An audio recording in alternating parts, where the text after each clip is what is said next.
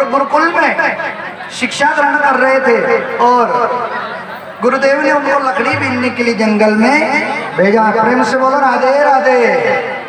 हाँ। जैसे ही लकड़ी बीनने गए तो गुरु माता ने थोड़े से चने भून करके और सुदामा को दिए। सुदामा जाओ, यदि भूख लगे तो कृष्ण और तुम दोनों मिलकर के खा लेना। सुदामा वो चने लेकर जंगल में जा रहे हैं कृष्ण के साथ में। और मेरे भाई बहन, सुदामा को भूख लगी, कन्हैया लकड़ी बीनते बीनते थोड़ी दूर चले गए। प्रेम से बोलो राधे राधे। सुदामा को जैसे भूख लगी ना, गुरु माता ने चने दिए थे और उन चनों को खाने लग गए। राधे राधे बोलो। जैसे ही वो सुदामा चने खाने लगे और कटर कटर की आवाज आने लगी। द्वारकाधीश कन्हैया ने पूछा, मित्र तुम क्या खा रहे हो? तो मेरे भाई बहन, सुदामा झूठ बोल रहा है। मेरे भाई बहन, कभी भी ईश्वर के सामने, ब्रह्म के सामने, परमात्मा के सामने कभी झूठ मत बोलो। जैसे हो वैसे परमात्मा के सामने पेश हो जाना। सुदामा झूठ बोल रहा है, मित्र सच में मैं कुछ खा नहीं रहा हूँ। अरे भैया, रात्रि का समय हो गया ना, लकड़ी बीनते बीनते तो मुझे ठंड लग रही है और ठंड के मारे मेरे दांत कटकटा रहे हैं। बोलो राधे राधे। ठंड के मारे मेरे दांत बोल रहे हैं। द्वारकाधीश ने कहा, सुदामा तू झूठ बोल रहा है, लेकिन झूठ का परिणाम तुझे भुगतना पड़ेगा। और मेरे भाई बहन, शास्त्र कहते हैं कभी किसी का हक नहीं खाना चाहिए। सुदामा ने कृष्ण का हक खाया, मित्र का हक खाया और सुदामा को दरिद्र और गरीब बनना पड़ा। हक मत खाना कभी किसी का। गुरु से कपट और मित्र से चोरी, या होए निर्धन और या होए कोड़ी। बोलो राधे राधे। कभी भी गुरु से कपट मत करना और मित्र की चोरी मत करना। सुदामा चोरी कर गए और चने चुरा करके खा गया। प्रेम से बोलो राधे राधे। जैसे चने खाए, कन्हैया ने कहा, सुदामा तूने आज चोरी की है मित्र से, और गुरु से कपट, मित्र से चोरी किए हो, निर्धन किए हो कोड़ी, तुझे निर्धन होना पड़ेगा। आशीर्वाद दे दिया। भगवान तो द्वारिका के राजा बने और सुदामा जो था वो गरीब बन गया। मेरे भाई, इतनी गरीबी है मेरे ठाकुर, इतनी गरीबी किसी को मत दे। बहुत गरीब थे सुदामा। सुदामा की पत्नी जिनका नाम सुशीला था। मेरे भाई, जैसा नाम वैसा गुण।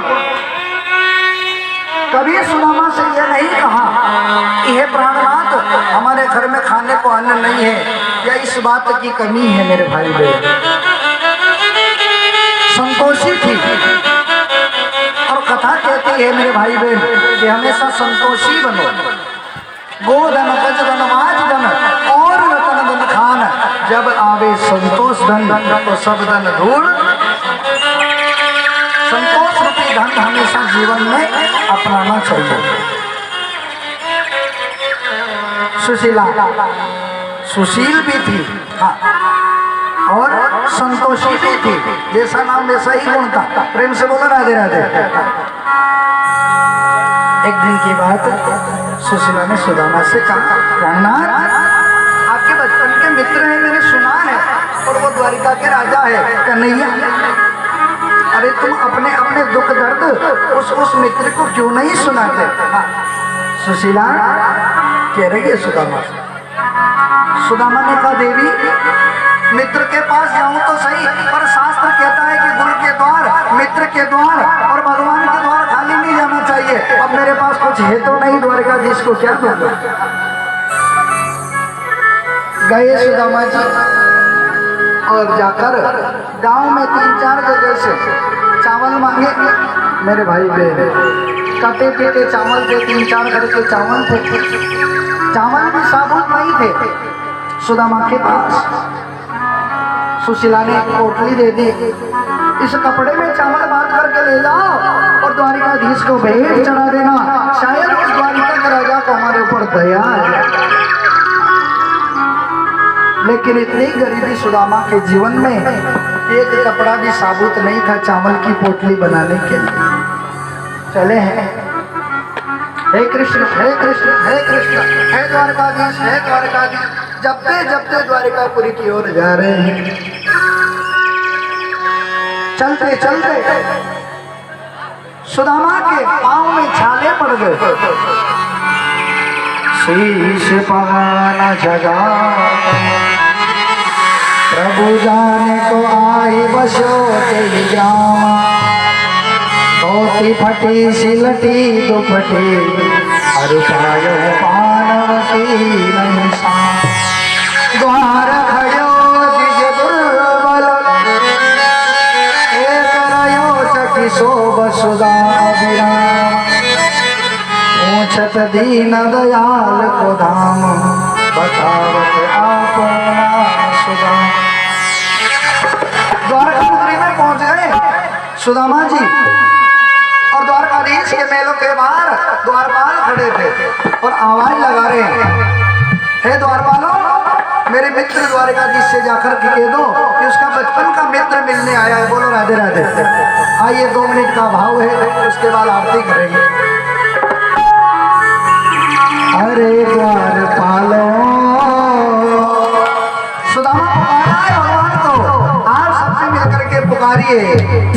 अरे द्वारपालो कन्हैया से कह दो, अरे द्वारपालो कन्हैया से कह दो, मिल सुदामा गरीब हरि अरे द्वारपालो कन्हैया से कह दो, अरे द्वारपालो कन्हैया से कह दो, मिलने सुदामा गरीब